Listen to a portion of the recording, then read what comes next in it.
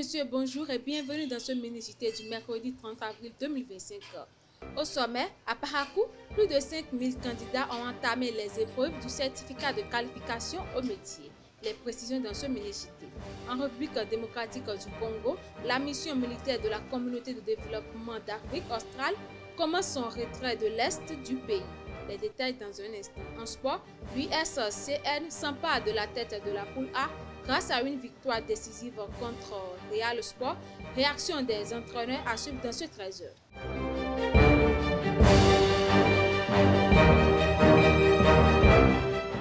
Rebonjour à nos fidèles internautes. L'examen du certificat de qualification au métier, session d'avril 2025, a démarré le 28 avril à Parakou, comme dans plusieurs localités du Bénin.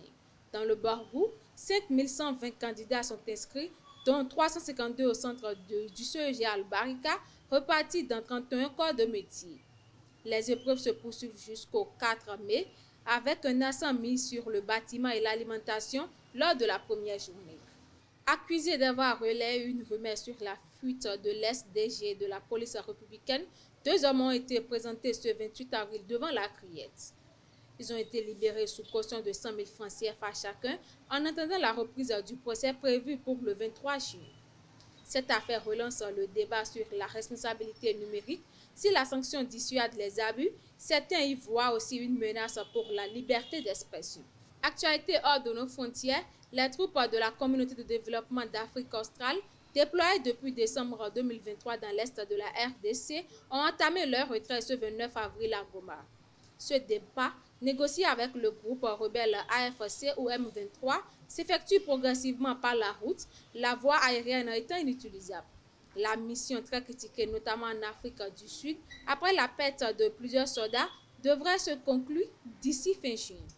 En Ouganda, la police a encerclé le siège du parti d'opposition NUP de Bobi Wine, empêchant la tenue d'une conférence de presse le 28 avril 2025. L'opposition dénonce des disparitions, dont celle du garde du corps de son leader, tandis que le pouvoir parle de mise en scène. Le climat politique reste tendu alors que le parti au pouvoir prépare ses élections internes pour le 6 mai. Sport pour boucler ce mini-JT, l'Union sportive des Cavaliers de Ninki reprend les commandes de la poule A. À l'issue de la 29e journée du championnat, les hommes de Ninki se sont imposés 2-0 face à Real Sport de Saverne. Une victoire précieuse qui leur permet de prendre l'avantage sur Dadier FC. À la fin de la rencontre, les coachs ont opiné sur les prestations. Suivez-les au micro de Moundine Labane. Bon, ce qui n'a pas marché au premier abord, je pense qu'il y a eu un excès de confiance au niveau de ma défense. Et sur le premier but, il y a eu un problème de couverture au deuxième poteau. Et sur le deuxième but, un ballon que le défenseur aurait dû sortir. C'est l'excès de confiance a fait qu'il a voulu conserver, puisque d'abord c'est notre ADN, c'est notre façon de jouer, conserver et progresser avec le ballon. C'est cet excès de confiance qui l'a poussé à garder le ballon au moment où il devait dégager, et ça a créé le deuxième but au moment où on espérait égaliser. Et comme je l'ai dit, c'est le football, tout peut arriver. On va travailler ces erreurs pour nous améliorer pour la suite. On est très émus, on est très content parce qu'on prend 3 points. Et on prend aussi 2 buts en avance, c'est bien. Au niveau du goal à virage aussi, ça bouge un peu. Et donc voilà, on est fiers de retrouver vraiment la victoire après au moins 3 matchs, je pense, hein, où la victoire s'éloignait un peu de la victoire. Mais si aujourd'hui on a cette victoire à domicile, ça nous réconforte et vraiment ça nous galvanise, ça nous pousse vraiment au travail futur que nous devons faire.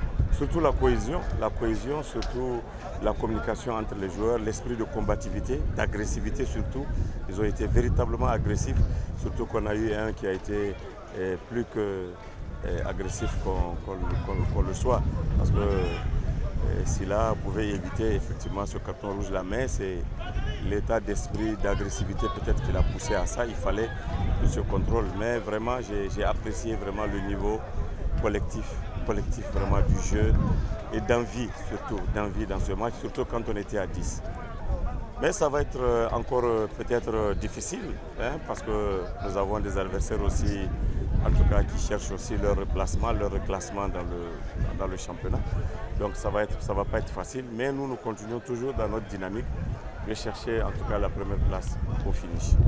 En prélude à la célébration du 7 mai prochain, une formation en ligne puis en présentiel a réuni les coordonnateurs régionaux pour harmoniser les approches techniques du Kids Athletics. Cette initiative conjointe du ministère des Sports, de la Fédération béninoise d'athlétisme et de World Athletics vise à renforcer les compétences des encadreurs sur toute l'étendue du territoire.